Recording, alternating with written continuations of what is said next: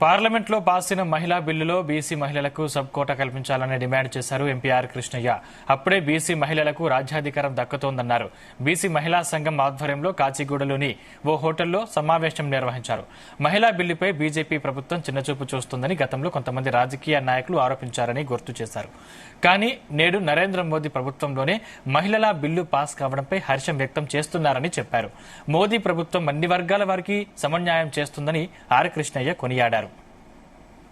మహిళా బిల్లు లోపల బీసీ మహిళలకు సబ్ కోటా కావాలని డిమాండ్ చేస్తూ మెమరాండం ఇచ్చి కేంద్ర ప్రభుత్వంలో ప్రధానమంత్రికి డిమాండ్ చేస్తున్నాం.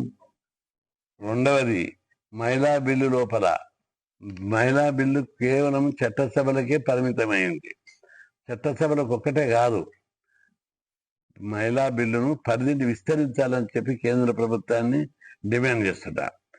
మహిళా బిల్లు లోపల చట్టసభలలో సదుపాయం కల్పిస్తే వందల సంఖ్యలో మహిళలకే లాభం అవుతుంది, పార్లమెంటులో, అసెంబ్లీలో. అదే ఉద్యోగాల లోపల రాజ్యాంగబద్ధంగా మహిళా బిల్లు యొక్క కొన్ని రాష్ట్రాల్లో ఆల్రెడీ ఉద్యోగాల లోపల రిజర్వేషన్లు మహిళలకు ఉన్నాయి. ఆంధ్రప్రదేశ్లో కానీ, తమిళనాడు కానీ అన్ని రాష్ట్రాల్లో మహిళలకు రిజర్వేషన్లు లేవు ఉద్యోగాల.